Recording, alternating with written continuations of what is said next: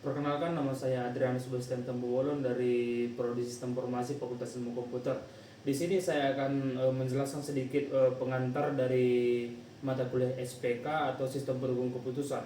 SPK atau yang sering kita sebut dengan Decision Support System atau DSS merupakan sebuah sistem yang berbasis komputer yang dirancang untuk membantu para pengambil keputusan dalam memilih alternatif terbaik.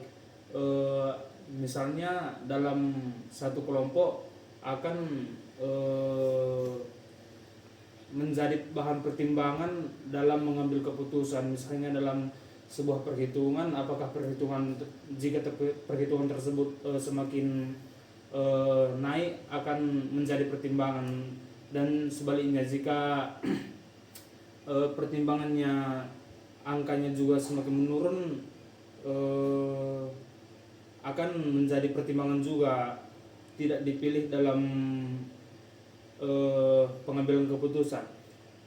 Di sini SPK tidak menggantikan peran manusia sebagai pengambil keputusan, melainkan berfungsi sebagai alat bantu yang menyajikan data, analisis, dan rekomendasi. Di sini SPK tidak akan mengambil alih pekerjaan kita dalam mengambil keputusan, karena hal ini bisa kita sebut akan menjadi hal yang opsional. Kita mengambil keputusan dari SPK ini atau bagaimana.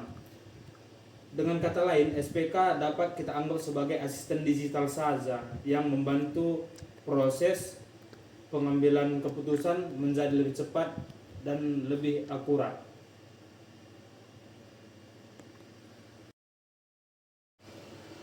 Perkenalkan, nama saya Agar Dirapal Tepuh. Saya akan menjelaskan tujuan dan karakteristik daripada SPK tersebut. Tujuan utama dari sistem pendukung keputusan adalah untuk meningkatkan kualitas keputusan yang diambil, mempercepat proses pengambilan keputusan yang kita ambil, serta meminimalkan ketidakpastian. Tujuan utama dari sistem pendukung keputusan itu sangat simpel, supaya keputusan yang kita ambil menjadi lebih tepat, lebih cepat, dan tidak terlalu bingung karena banyaknya pilihan kita ambil. Jadi SPK ini seperti alat bantu untuk mengurangi rasa ragu-ragu kita pas saat memilih sesuatu yang sangat penting. SPK umumnya digunakan untuk memecahkan masalah yang bersifat semi terstruktur maupun tidak terstruktur, yaitu permasalahan yang tidak dapat diselesaikan hanya dengan perhitungan matematis sederhana. Biasanya SPK dipakai buat masalah yang tidak bisa dihitung memakai angka. Misalnya ada pilihan yang masih setengah jelas atau banyak faktor yang harus kita pertimbangkan. Nah, pada kondisi yang seperti ini disebut masalah semi terstruktur atau bahkan tidak terstruktur sama sekali. Contoh gampangnya yang kita bisa ambil, bayangkan jika kita saat memilih laptop, kita pasti melihat dari banyak sisi: harga, spesifikasi, baterai, atau garansi yang laptop yang kita ambil. Kalau dihitung manual pasti sangat ribet dan bisa bikin kita pusing. Dengan SPK kita bisa masukkan semua kriteria itu ke sistem, terus sistem akan mengelola data yang kita sudah simpan atau merangkai pilihan dan akan memberi rekomendasi laptop yang terbaik untuk kita ambil dan yang cocok untuk kita. Baik, perkenalkan, nama saya Hanel Oktoni Surabangun. Di sini saya akan menjelaskan bagian-bagian dari komponen SPK.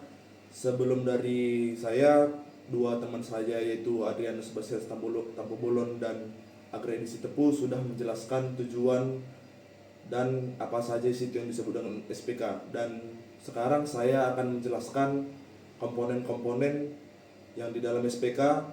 Lalu pertama itu ialah kalau kita ngomong dengan sistem pendukung keputusan, isinya nggak cuma satu hal. Ada beberapa komponen yang penting yang bikin SPK bisa jalan dengan baik. Secara umum ada 3 bagian utama, yaitu yang pertama adalah database management system atau gampangnya kita sebut dengan database. Bagian ini isinya semua data yang dibutuhkan buat ngambil keputusan. Misalnya kalau kita mau pilih laptop, di database ini ada informasi soal merek, harga, spesifikasi, prosesor, kapasitas baterai, sampai garansi. Nah, data-data ini jadi bahan mentah yang nantinya diproses tanpa database. Sistem nggak punya bahan buat dianalisis. Dan yang kedua, ada model based management system. Nah, bagian ini yang tugasnya ngolah data tadi. Bisa kita pakai model matematis, rumus, sampai metode-metode tertentu kayak SAW, AHP, atau TOPSIS. Kalau database itu ibarat bahan masakan, model base ini yang kayak dapurnya. Disinilah data diolah, dibandingkan, lalu dibuat rangkaian atau skor supaya kita bisa lihat alternatif yang paling sesuai. Dan yang ketiga, ada user interface, ada user interface atau antarmuka pengguna. Nah, ini yang sering kita lihat langsung. Bentuknya bisa aplikasi komputer, website, atau bahkan menu sederhana di software Excel. Fungsinya biar pengguna gampang masukkan data, ngatur bobot kriteria, sampai baca hasil rekomendasi. Jadi user interface itu jembatan antar manusia dan sistem.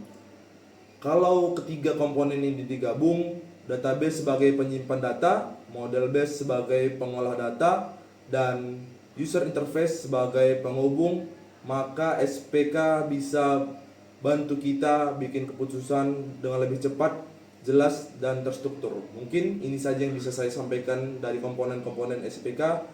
Untuk penjelasan berikutnya bisa dijelaskan oleh rekan saya yang lain. Terima kasih. Perkenalkan, nama saya Rizky Tarigan. Di sini saya akan menjelaskan beberapa contoh penerapan SPK. Sebagai contohnya, coba bayangkan kita lagi mau membeli sebuah laptop baru nih. Pasti banyak pilihan dan merek yang ditawarkan. Bikin kita bingung kan? Biasanya ada beberapa kriteria yang penting, jadi pertimbangan, misalnya harga, jenis prosesor, kapasitas baterai, dan beberapa kriteria lainnya seperti penyimpanan misalnya, sampai garansi yang ditawarkan. Nah, kalau kita milih pakai cara yang biasa, mungkin kita cuma bisa bandingkan satu persatu, lalu pilih yang menurut kita paling oke. Tapi cara ini kadang bikin keputusan jadi nggak objektif, karena seringkali kita lebih fokus ke satu aspek saja. Misalnya cuma lihat harga, tapi tidak memperhatikan kualitas baterai ataupun performa prosesor. Di sini sistem pendukung keputusan atau SPK bisa bantu banget. Kita bisa masuki semua data laptop yang jadi kandidat, misalnya laptop A, B, C, dan lainnya, lengkap dengan kriteria yang tadi disebutkan. Setelah itu kita kasih bobot nih untuk setiap kriteria sesuai kebutuhan. Contohnya kalau kita sebagai mahasiswa yang sering ngerjain tugas di rumah, mungkin kita membutuhkan kapasitas baterai yang besar. Jadi kita lebih mementingkan kapasitas baterai yang besar. Atau misalnya nih orang yang ceroboh sehingga membutuhkan garansi yang lebih lama. Tapi kalau kita fokus ke desain grafis atau program, prosesor dan RAM bakal punya bobot yang lebih tinggi. Nah, data dan bobot tadi akan diolah sama sistem penggunaan metode tertentu. Jadi beberapa metode sudah dijelaskan sebelumnya yang dapat digunakan untuk mengolah dan menentukan kriteria mana yang terbaik di antara beberapa pilihan laptop tersebut. Hasil dari perhitungan tersebut akan mendapatkan beberapa ranking dan urutan laptop yang akan memberikan kita penjelasan dan pilihan laptop mana yang terbaik yang dapat kita pilih. Dengan demikian keputusan berada di tangan kita. Oke, saya Willy Nanda Stefanus Hermanua, dan di sini akan saya simpulkan dari beberapa penjelasan yang telah disampaikan oleh teman-teman. Dapat kita simpulkan bahwa sistem pendukung keputusan adalah sebuah sistem berbasis komputer yang dapat mengambil suatu keputusan dalam memilih jalan alternatif terbaik melalui pengolahan data, analis, dan model tertentu. Dalam SPK tersebut atau sistem pendukung keputusan terbukti sangat bermanfaat dalam berbagai bidang, mulai dari bisnis, kesehatan, pendidikan, hingga kehidupan sehari-hari.